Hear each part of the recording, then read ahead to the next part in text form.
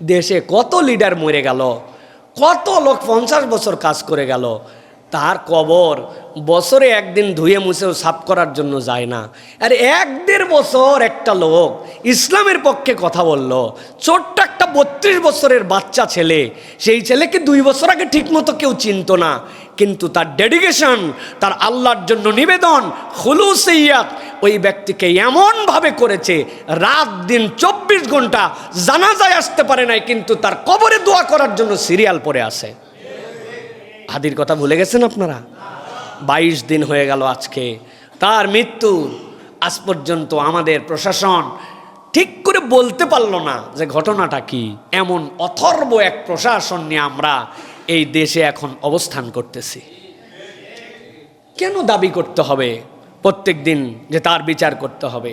আমার জিজ্ঞাসা, রাষ্ট্রপ্রধান যেই প্রোগ্রামে আসে, রাষ্ট্র যেটাকে ওন করে, রাষ্ট্র যেহেতু এটাকে আমলে নিছে, তাহলে প্রত্যেক দিন নির্ধারিত একটা সময় দেন যে বিকাল 3টা, সন্ধ্যা 7টা, সকাল 11টায় রাষ্ট্রের পক্ষ থেকে প্রত্যেক দিনের আপডেট দিয়ে একটা ব্রিফিং হবে।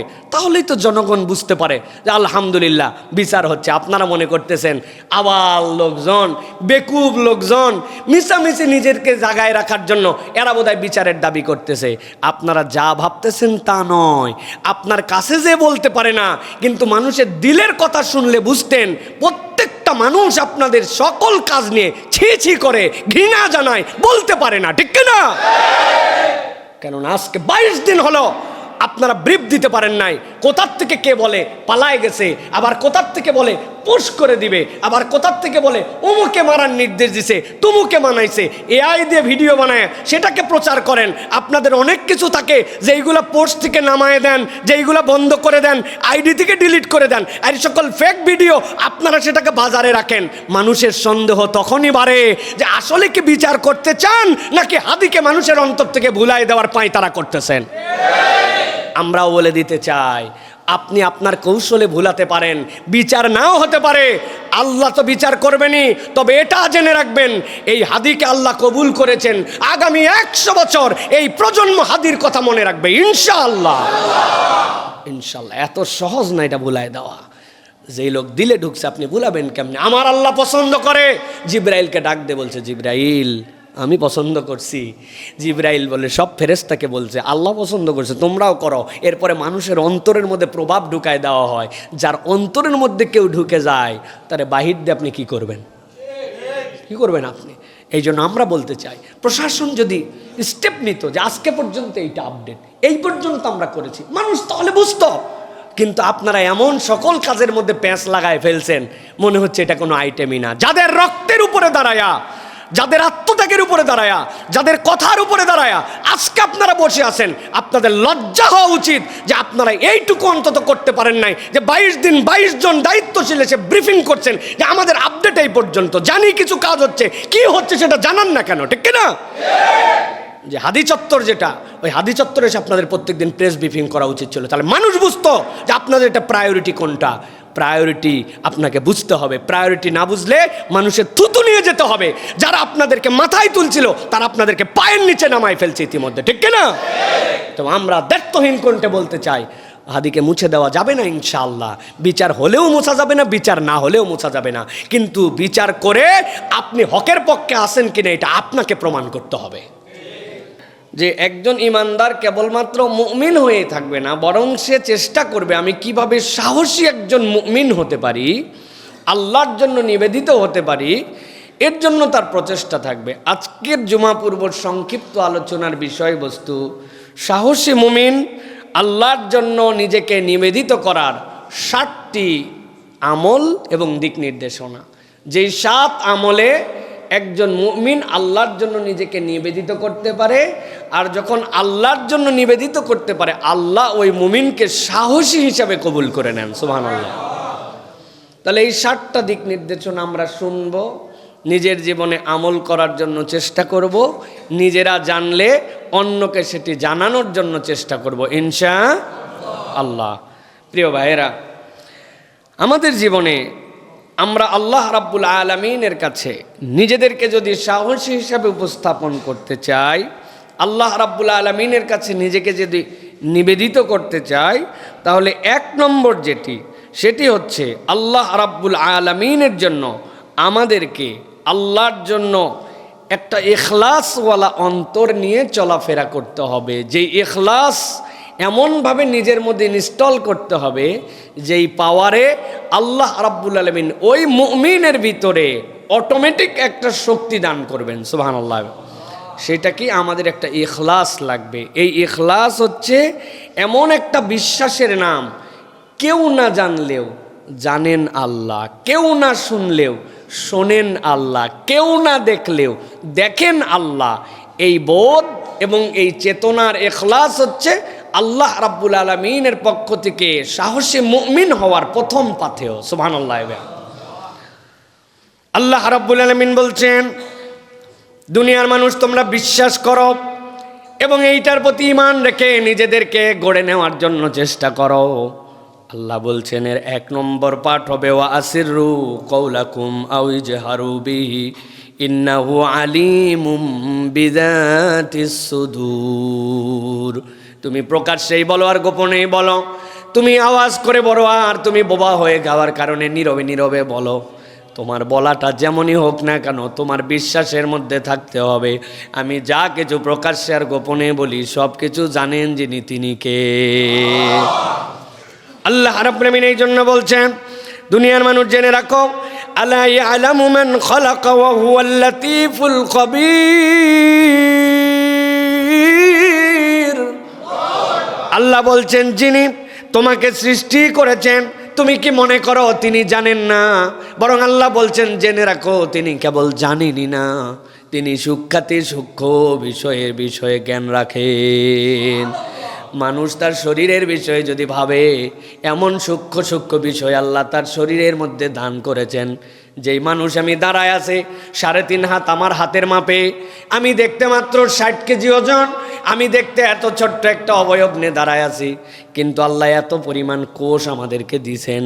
ওই কোষগুলাকে আল্লাহ রাব্বুল আলামিন এক জায়গায় করে আমাকে বিল্ড করলেন। এই মানব কোষগুলাকে যদি একটার সাথে একটা জোড়া দেওয়া হয় এই দুনিয়াকে চক্কর দিয়ে বেঁধে ফেলা যাবে। আল্লাহ এতগুলা কোষ এই 3.5 হাতের মধ্যে ঢুকাইছে।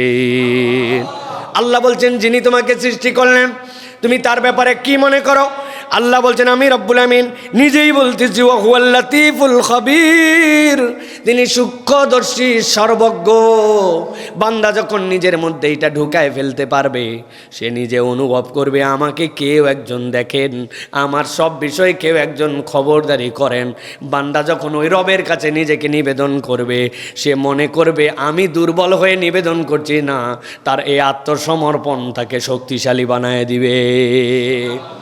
আল্লাহ রাব্বুল আমিন বলছেন ওয়াল্লাযী জাআলা লাকুমুল আরদা যালুলান ফামশু ফি মানাকিবিহা ওয়া কুলু মির রিজকি ওয়া ইলাইহিন নুশুর। আল্লাহ বলছেন দুনিয়ার মানুষ আমি তোমাদের জন্য পৃথিবীর পথকে সুগম করে দিলাম, তোমরা এর কাঁধে ভর করে চলো। দুনিয়ার বুকে তুমি চলছো, তুমি সেখান থেকে তোমার খাদ্য খাও, কিন্তু আল্লাহ বলছেন একটা কথা মনে রেখো, তোমাকে তার কাছে আবার পুনরুজ্জীবিত হয়ে ফেরত আসতে হবে। সুতরাং মনে করো না তুমি তার আয়ত্তের বাহিরে, তুমি তার ধরা ছোঁয়ার বাহিরে, তুমি যা ইচ্ছা তাই করে তার দুনিয়ার বাহিরে চলে যাবে, এইটার সুযোগ নাই। বান্দা যদি একবার এইটাকে নিজের নীরব ইখলাসের মধ্যে ঢুকায় নিতে পারে আল্লাহ বলছেন ওই বান্দা তখন ব্যতিক্রম বান্দা হয়ে যায়। সুবহানাল্লাহ। নবীজি সাল্লাল্লাহু আলাইহি সাল্লাম বলছেন কেমনে তুমি এইটা পাঠ গ্রহণ করবে, নীরব ইখলাসকে তোমার দিলের মধ্যে কেমনে ঢুকাবে।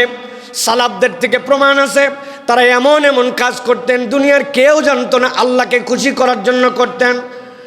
আলী ইবনে জাইনুল আবেদিন, আলী ইবনে হুসাইন যাকে আমরা জৈনুল আবেদিন বলে চিনি রাদিয়াল্লাহু তাআলা আনহু, আলী তার নাতি হযরত জৈনুল আবেদিন, তার ব্যাপারে বর্ণিত আছে তিনি মদিনার সব মানুষ স্বাবলম্বী ছিল না, কিন্তু রাত্রে গভীর হওয়ার পরে নিজের কাঁধে করে তিনি খাদ্যগুলা নিয়ে নিয়ে যেই মানুষেরা গরিব তাদের দরজায় পৌঁছায় দিতেন। এই কথা কেউ কোনোদিন জানে নাই। আমরা তাইলে কেমনে জানলাম এই কাজ তিনি করেন? তাহলে কেমনে আমরা জানলাম? ইতিহাস সাক্ষ্য দিচ্ছে হযরত জৈনুল আবেদিন তিনি মানুষের দুয়ারে এমনভাবে পৌঁছায় দিতেন খাদ্য তার বাড়ির লোকেরা পর্যন্ত জানতে পারতো না। তিনি খাদ্যগুলা পৌঁছায় দেন।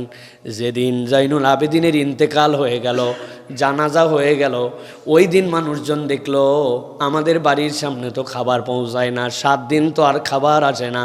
তখন মানুষজন বুঝে ফেললো যেই লোক গোপনে খাবার দিত ওই লোকটা আর দুনিয়ায় নাই। জানাজা যখন দোয়ানো হয় তখন দেখা গেল তার কাঁধের উপরে কড়া পড়ে গেছে, পরিবারের লোক পর্যন্ত জানতো না। জলিলুল কদর একজন সালাফ, যিনি খয়রুল কুরুনের 3 নম্বর প্রজন্ম, হোসাইন রাদিয়াল্লাহু তাআলার সন্তান, তিনি পর্যন্ত নিজের কাঁধে করে ঢোয়াই দিয়েছেন। এইটা ছিল আল্লাহর জন্য ডেডিকেটেড, হৃদয় থেকে ইখলাস, যেটা দুনিয়ার কাউকে দেখানোর জন্য নয়।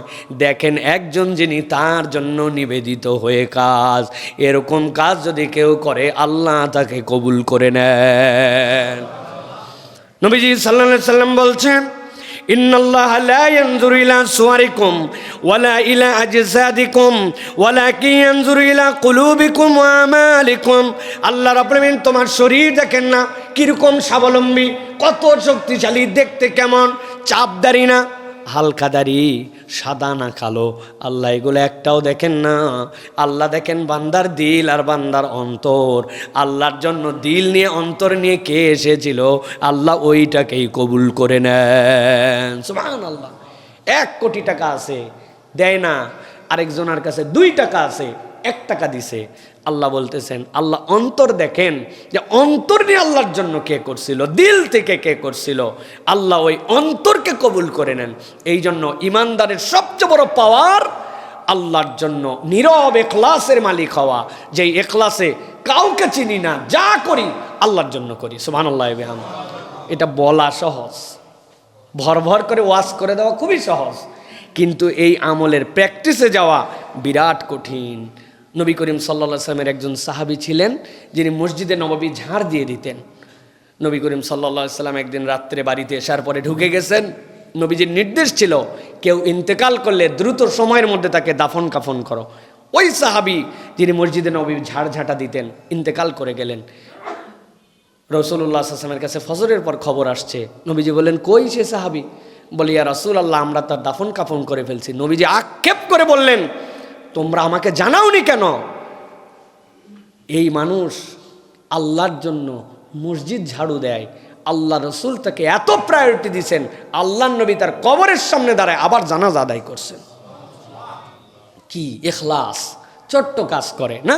আমরা অনেক সময় মসজিদের খাদেম গুরুত্ব দেই না। মসজিদের খাদেম শুনতেই কেমন কেমন জানি লাগে, তাই না? মুয়াজ্জিন লজ্জা লাগে বলতে, আমাদের সমাজে দাম দেয় না, এই জন্য এখন বলে সানি ইমাম। ইমামের তাও একটু মর্যাদা আছে, এই জন্য মুয়াজ্জিন বলতে লজ্জা লাগে। অথচ মুয়াজ্জিনের গ্রেড, খাদেমের গ্রেড, এটা যদি খুলুস আল্লাহর জন্য হয়, তাহলে এর থেকে মর্যাদাশীল মানুষ আসমানের নিচে জমিনের উপরে নাই। সুবহানাল্লাহ। ইখলাস লাগবে দিল থেকে। এই জন্য ইমানদার শক্তিশালী তখন হবে যখন, প্রিয় ভাইরা, আল্লাহর জন্য নীরবেও কাজ করে ফেলবে, আল্লাহর জন্য অন্তর থেকে ইখলাস নিয়ে সে কিছু করবে। এটা ইমানদারকে শক্তিশালী বানাবে। বাহিরে সে অত বেশি ফিজিক্যালি ফিট না, কিন্তু অন্তর তার পাওয়ার আর ঐশ্বর্যে ভরপুর। কেননা সে একমাত্র আল্লাহর জন্য ভয় করে, আল্লাহকে টার্গেট করে সব কাজ করে। সুবহানাল্লাহ। 2 নম্বরে, ইমানদার যদি নিজেকে সাহসী বানাতে চায়, আল্লাহর কাছে নিজেকে উপস্থাপন করতে চায়, 2 নম্বর যেটা, অন্তরের জিহাদ। নিজেকে থামানোর সাহস লাগবে আপনার। কোন জায়গায় যায় আমি থেমে যাব, এইটা হচ্ছে অন্তরের জিহাদ। বাহিরে দাপট দেওয়া যায়, বাহিরে স্লোগান দেওয়া যায়, কিন্তু নিজের অন্তরকে থামানোর মতো সাহস সকলের নাই। ওই জায়গায় বীরত্ব নাই, নিজের অন্তরকে থামানো। আল্লাহ কোরআনে বলছেন, এটা কি কাজ জানো নাকি? আল্লাহ সূরা নাজিয়াতের মধ্যে বলছেন, আম্মা মান খাফা মাকামা রাব্বিহি ওয়া নাহান নাফসা আনিল হাওয়া ফাইন্নাল জান্নাতা হিয়াল মাওয়া।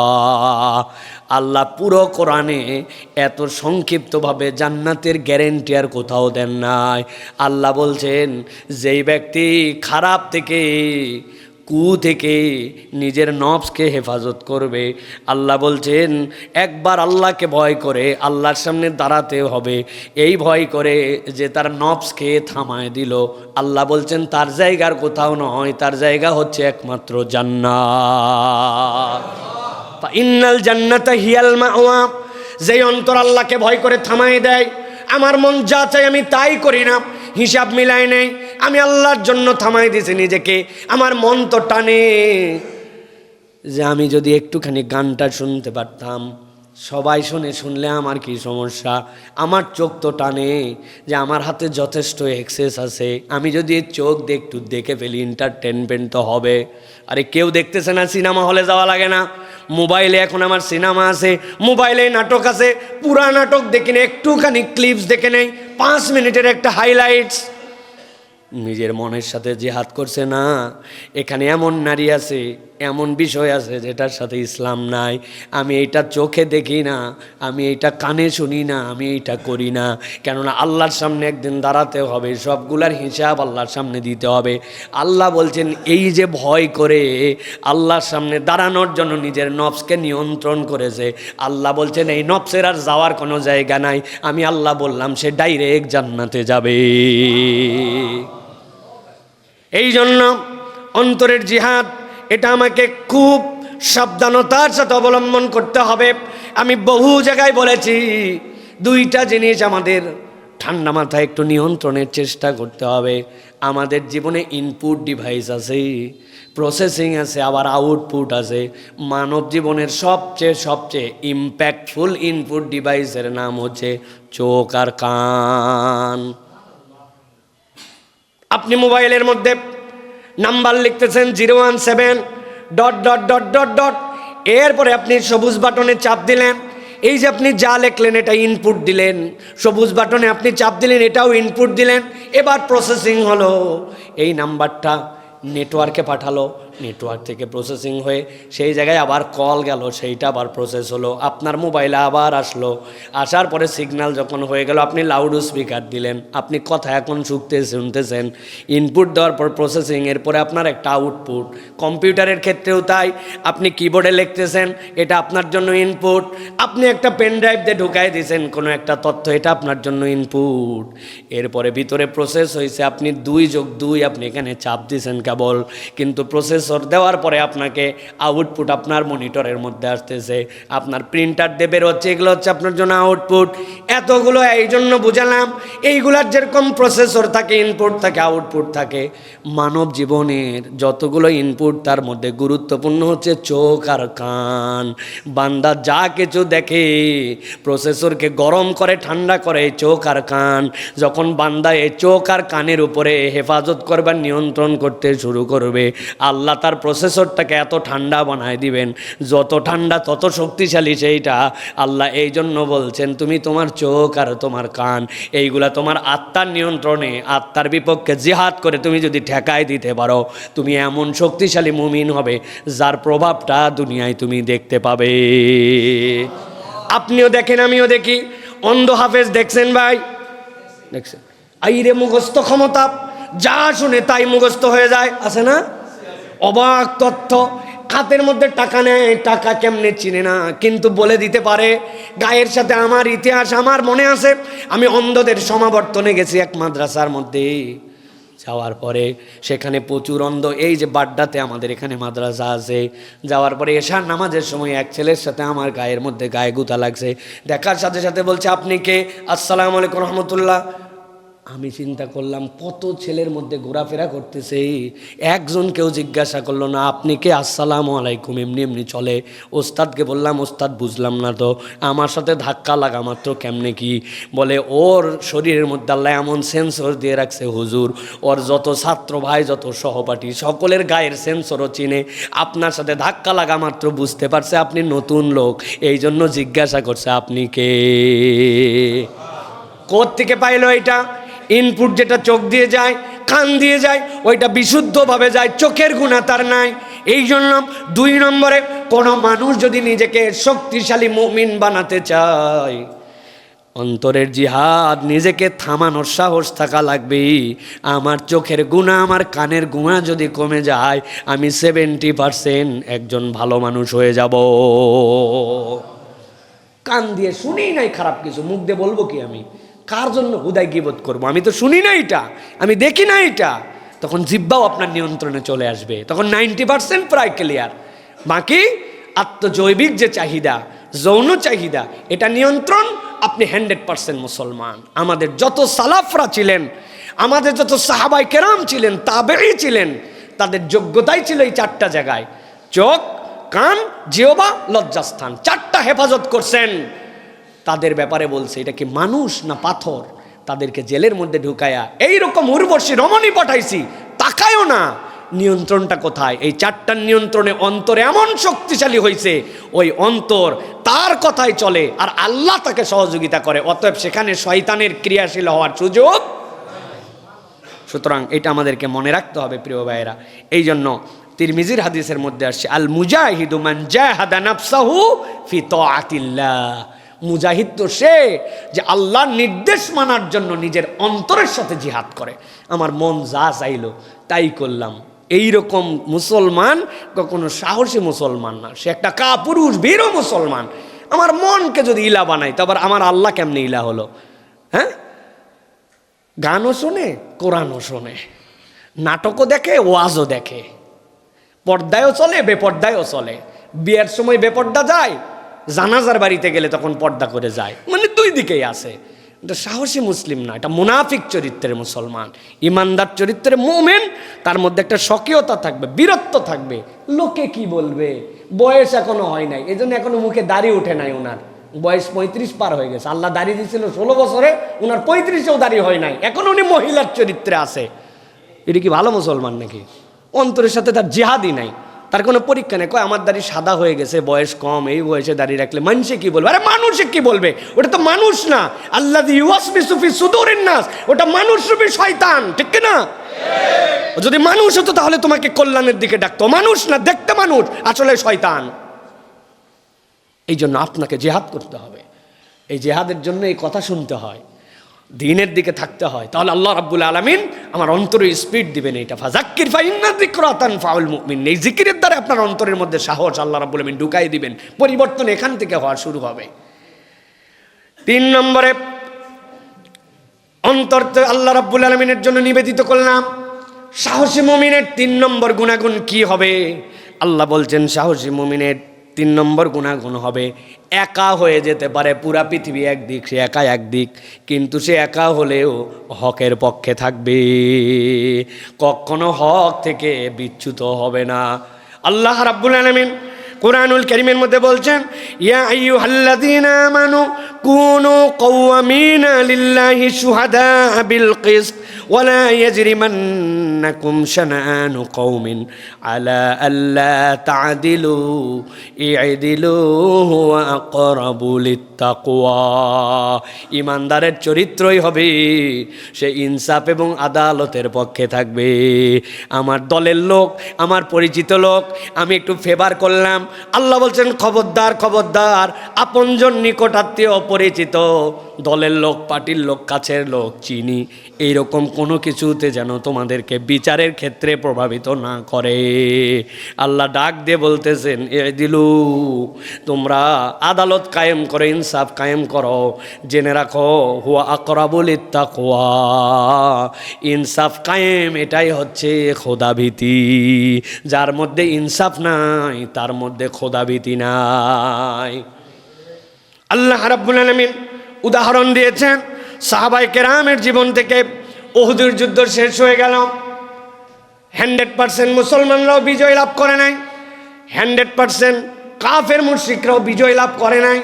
আবু সুফিয়ানের দল চিন্তা করলো অন্তত 70 জনের মতো মেরেছি।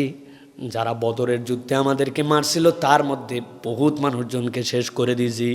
আল্লাহ নবীর দন্দন মোবারক শহীদ করে দিয়েছি। মদিনার মধ্যে কান্নার রোল এনে দিয়েছি। যা হয়েছে এই পর্যন্তই যথেষ্ট, চলো তাবু নিয়া আমরা চলে যাই। কিন্তু মক্কার কাছাকাছি অর্ধেক রাস্তায় যাওয়ার পর আবু সুফিয়ানের মনে হলো আর একটু যুদ্ধ করলেই, আর একটু ফাইট করলেই ওদেরকে তো নাস্তানাবুদ করে দেওয়া যেত। কেন আমরা পুরা বিজয় না নিয়ে চলে যাচ্ছি? একদল বলতে শুরু করলো, মক্কায় পৌঁছানোর পরে আপনাকে যদি জিজ্ঞাসা করে জিতে আসছেন না হারে আসছেন, আপনি বলবেন ড্র করে আসছি। এ আবার কেমন কথা? জিতেনও নাই হারেনও নাই, এটা ড্র কোনো যুদ্ধের হিসাব হলো নাকি? তাহলে আপনাদের কি করা লাগবে বলো, আবার চলো যাই এবার মোহাম্মদের দলকে এই সুযোগেই নাস্তানাবুদ করে দিব। তাদের মধ্যে উৎসাহ পেয়ে গেল, অনেকে ফেরত আসতে শুরু করলো। আল্লাহ নবী কেবলমাত্র মদিনায় পৌঁছাইছেন, ঘরে ঘরে ব্যথা, কার স্বামী নাই কার ভাই নাই। নবী সাল্লাল্লাহু আলাইহি সাল্লাম পর্যন্ত বিপর্যস্ত, তার দন্দন মোবারক শহীদ, মুখ মোবারক ফুলে গেছে, গাল মোবারকের মধ্যে আল্লাহ নবী সাল্লাল্লাহু আলাইহি সাল্লামের ব্যথার চিহ্ন দেখা গেছে, চোখগুলা রক্তাভ হয়ে গেছে।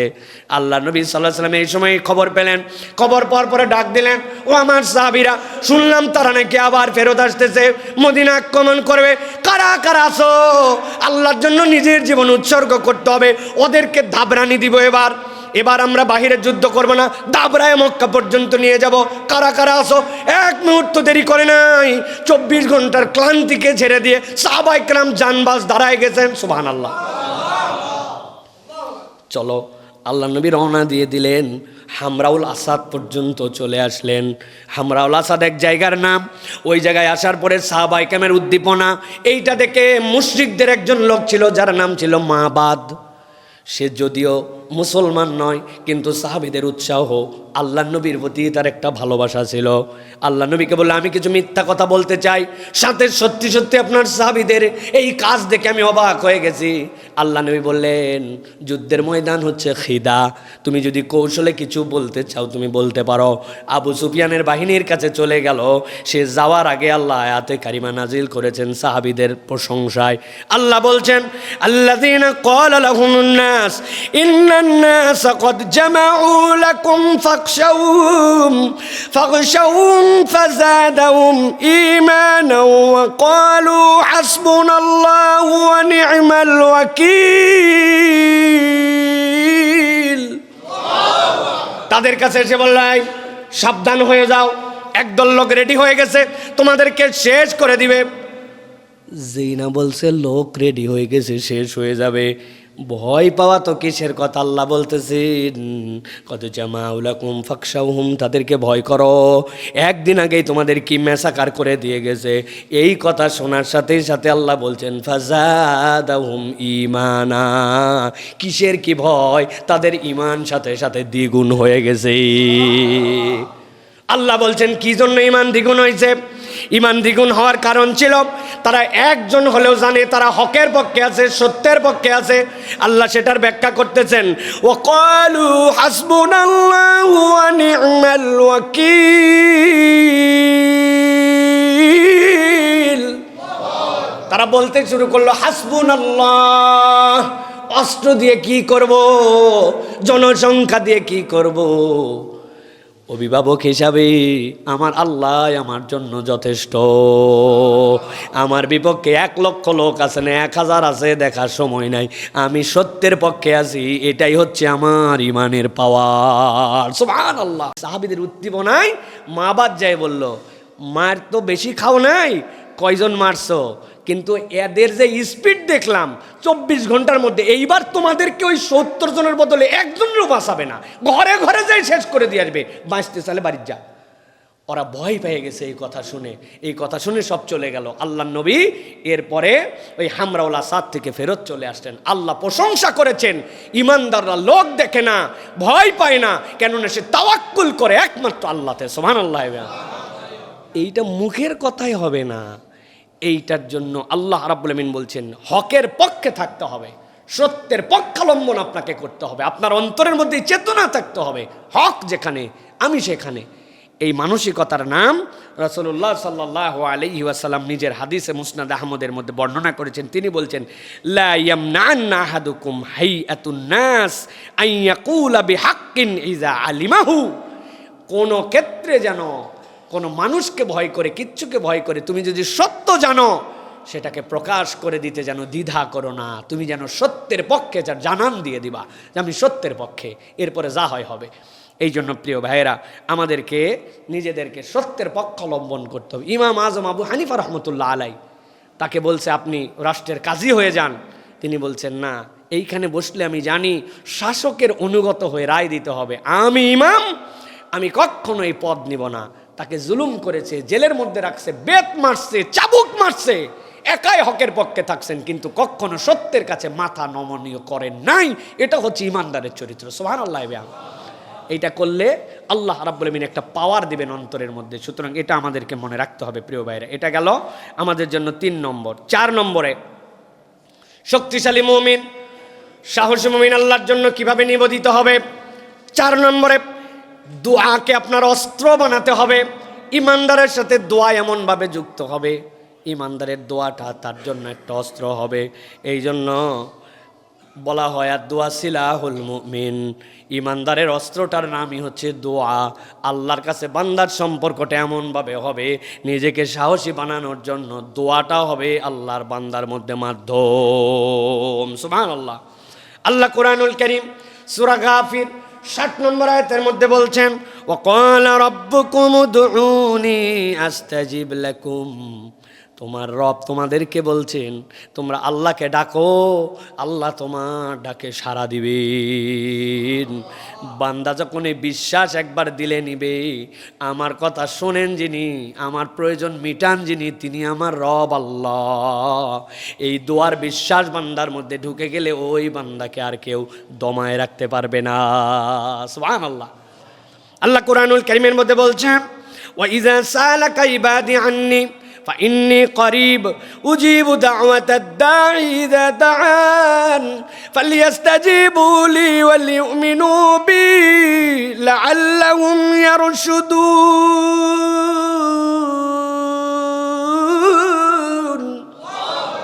আল্লাহ বলছেন, ও দুনিয়ার মানুষ, আমার বান্দা যখন জিজ্ঞাসা করে আমার ব্যাপারে, আল্লাহর ব্যাপারে জিজ্ঞাসা করে, আল্লাহ বলছেন নবী আপনি বলে দেন আমি তার বান্দার কাছে আছি, আমি আমার বান্দার থেকে দূরে নই।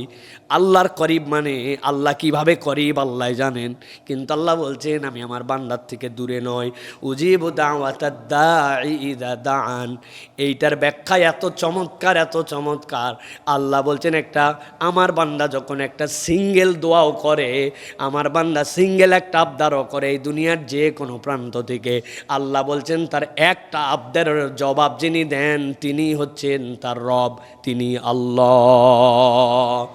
আল্লাহ এই জন্য বলছেন বান্দা জেনে রাখো, নিঃসন্দেহে তোমাদের জন্য বিশ্বাস করা এটা কর্তব্য। কি বিশ্বাস করবে? ফালিয়াস্তাজিবু লি ওয়ালিউমিনু বি, তিনি আমার জবাব দেন, এই জবাবের প্রতি তোমার বিশ্বাস যদি থাকে, আল্লাহ বলতেছেন আশা করা যায় যদি তারা সৎপথে চলে আসে। তার মানে বান্দার বিশ্বাস থাকতে হবে আমার রব আমার কথা শোনেন।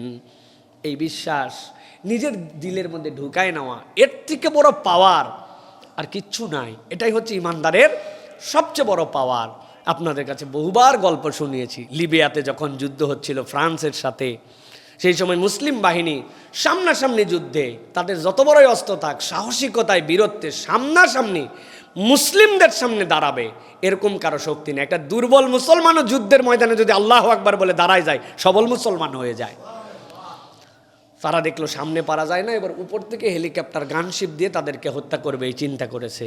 মুজাহিদদের কমান্ডার কাছে এসে বলা হয়েছে যে আমাদের তো আর বাঁচার উপায় নাই, সামনে নয় যুদ্ধ করছিলাম, আমাদের অস্ত্রের গুলি আর কদ্দূর যায়, এরা অনেক উপর দিয়ে আমাদেরকে গুলি করবে।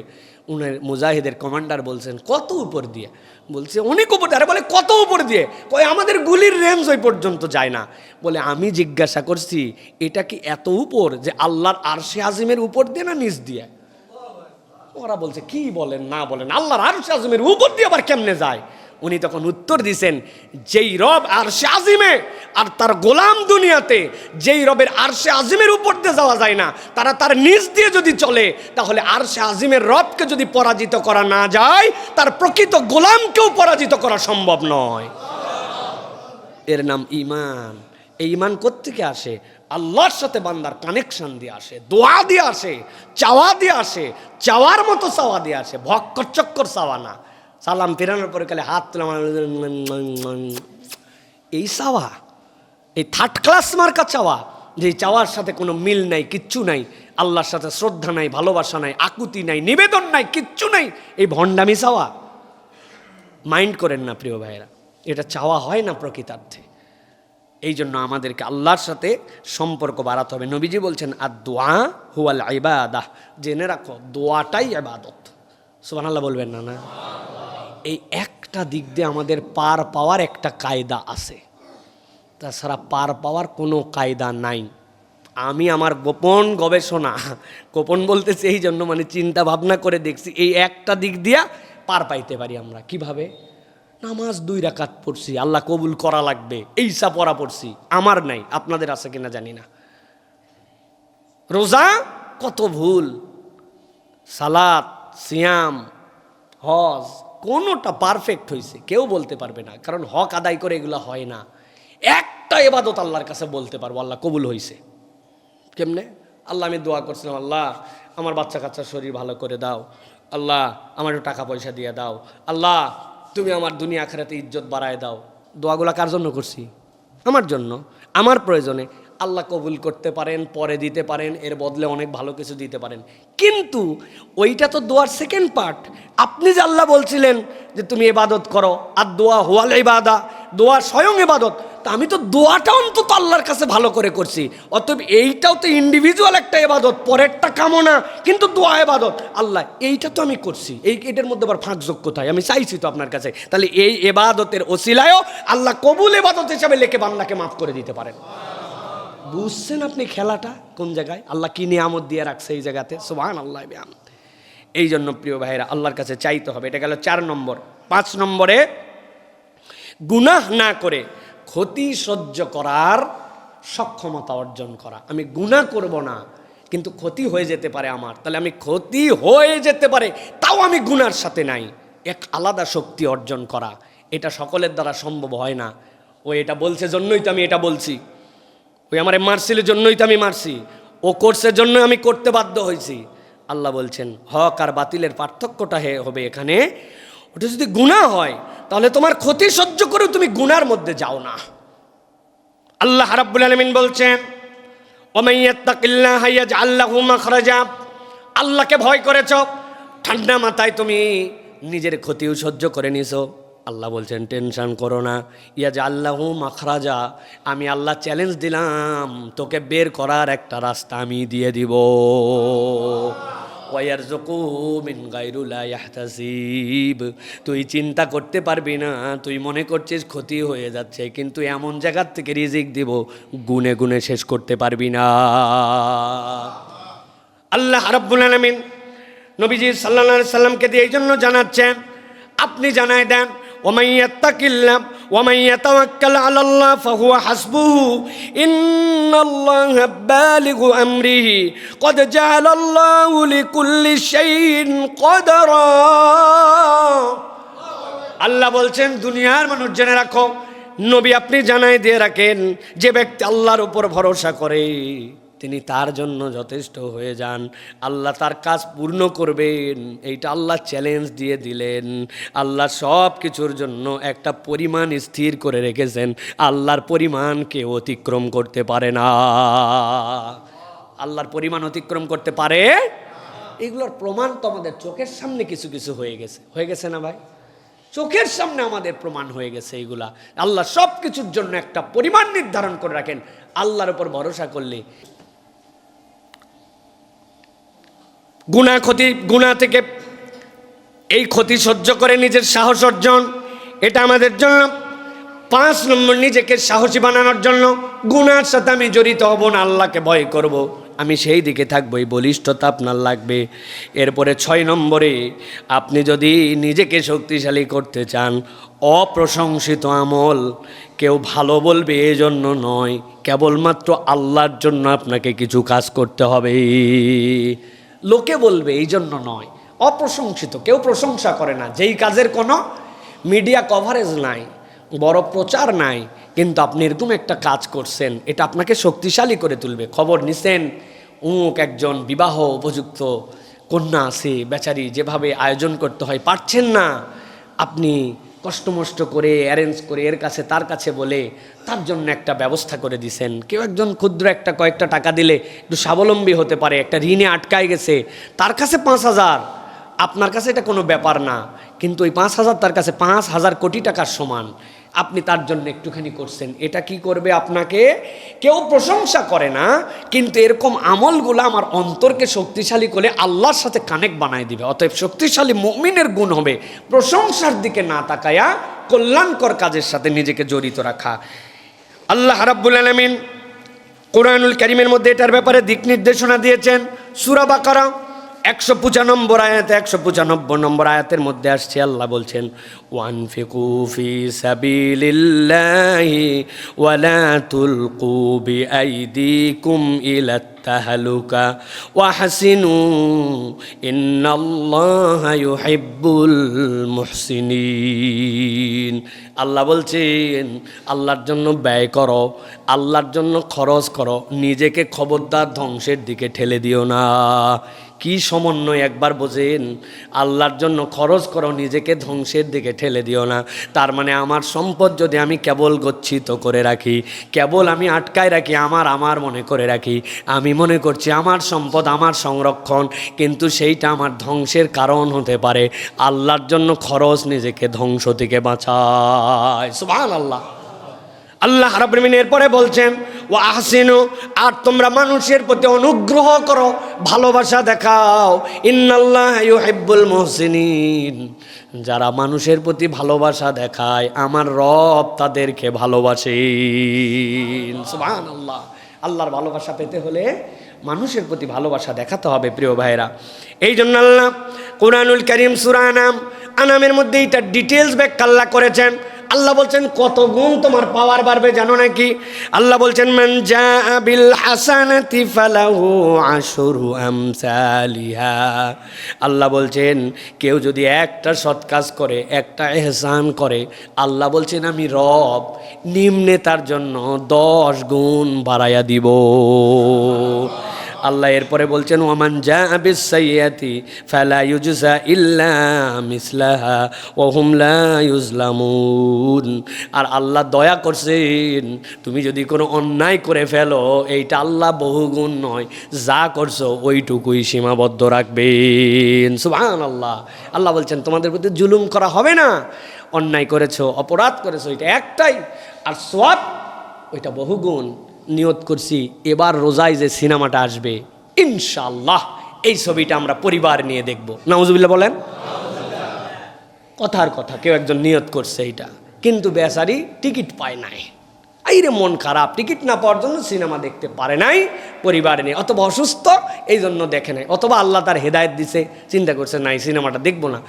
এই যে নিয়ত করছিল তার একটু গুনাহ হয় নাই, আল্লাহ রাব্বুল আলামিন তারে বাঁচায় দিয়েছেন। কিন্তু নিয়ত করছে আগামী বছর ইনশাল্লাহ হজে যাব, এই আগামী বছর করতে করতে টাকা জোগাড় করতে পারে নাই, তার আফসোস, আহারে হজে যাব, উমরায় যাব, হজে যাব, উমরায় যাব, 5 বছর পার হয়ে গেছে, দুনিয়ার থেকে হয়তো চলে গেছে।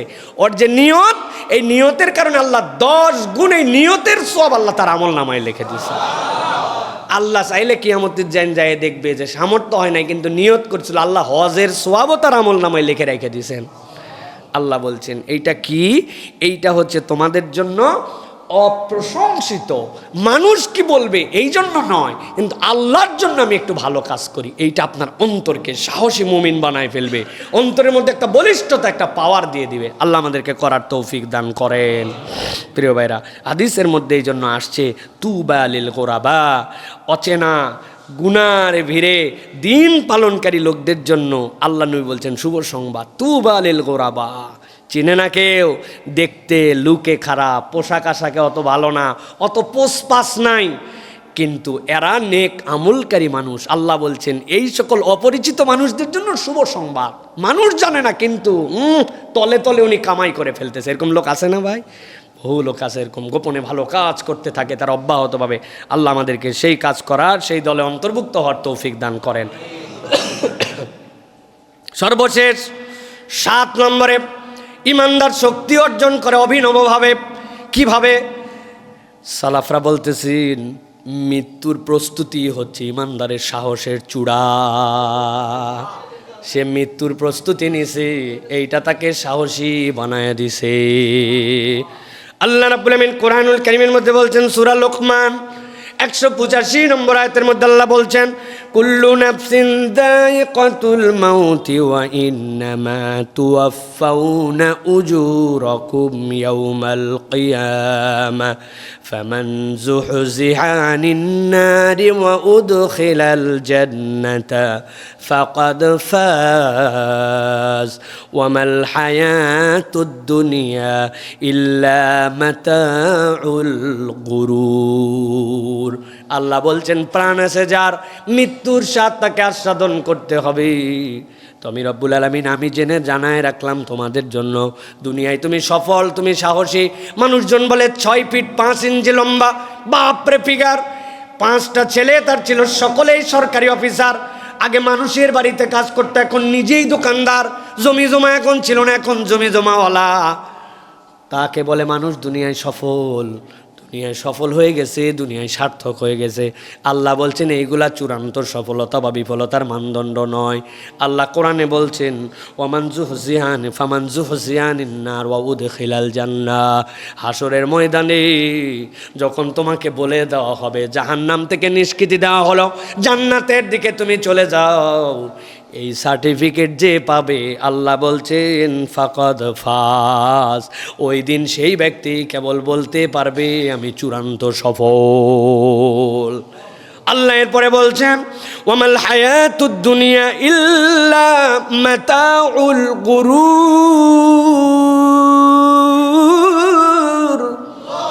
আল্লাহ বলছেন দুনিয়ার সম্পদ, দুনিয়ার পার্থিব জীবন এটা ধোঁকা ছাড়ার কিছুই নয়।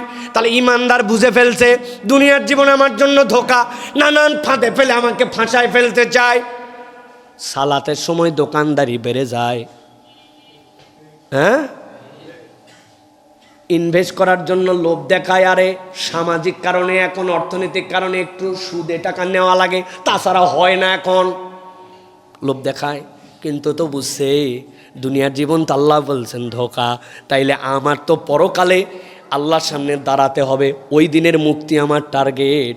তার মানে বান্দা মৃত্যুকে প্রস্তুতি নিয়ে চলে।